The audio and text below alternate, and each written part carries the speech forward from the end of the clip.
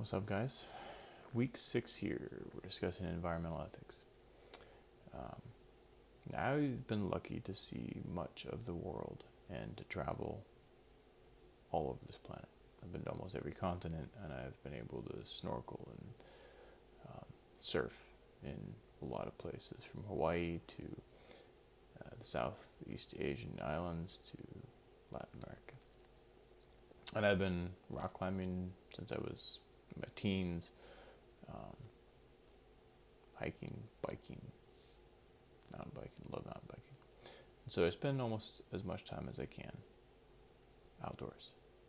So to say that I'm passionate about environmental ethics is probably an understatement. However, I would not consider myself, by any stretch of the imagination, a deep ecologist. I don't believe humans should be subverted versus other creatures. I think in most respects I would consider myself an environmental ethics based person. But I think on closest examination I do value human life over that of other animals. But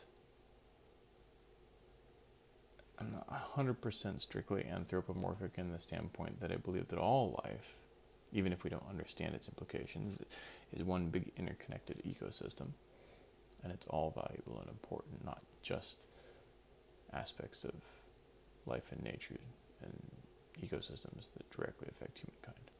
So I guess I'm somewhere between, but probably ultimately anthropomorphic. Now, discussing a few things that are incredibly frustrating for me. As someone who is so passionate about the environment, I take offense to a lot of what is going on in this world and the way that it's being handled, and in particular by the way that it's being handled those who claim to be passionate about the environment. Let me explain.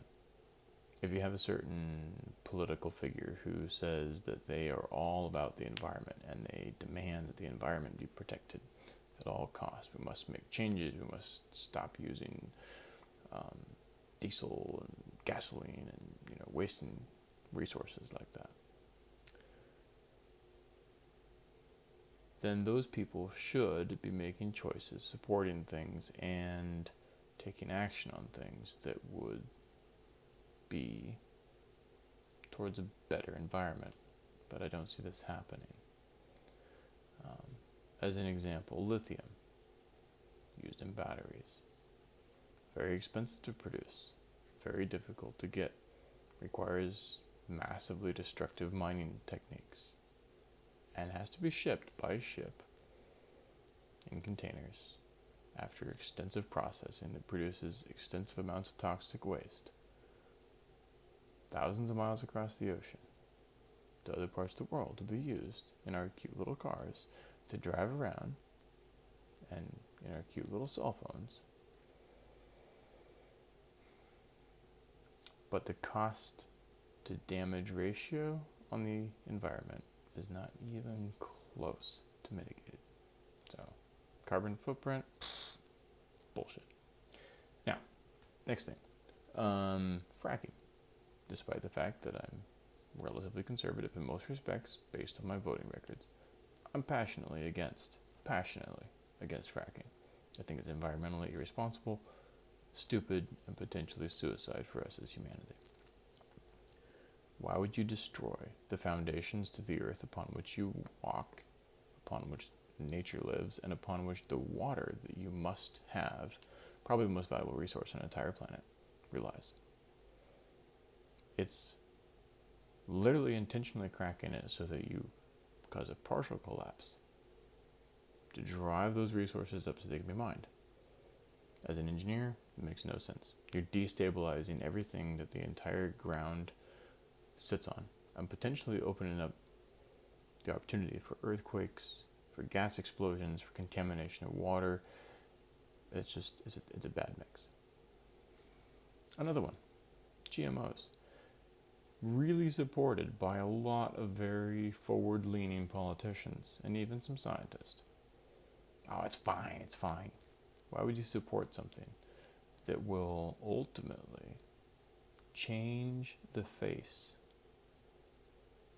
literally change the face of the future of genetic biodiversity on this earth, and potentially eradicate genetic biodiversity on this earth forever, irreversibly, and we don't even know how to handle it. Again, environmentally irresponsible. Very similar to nuclear technology.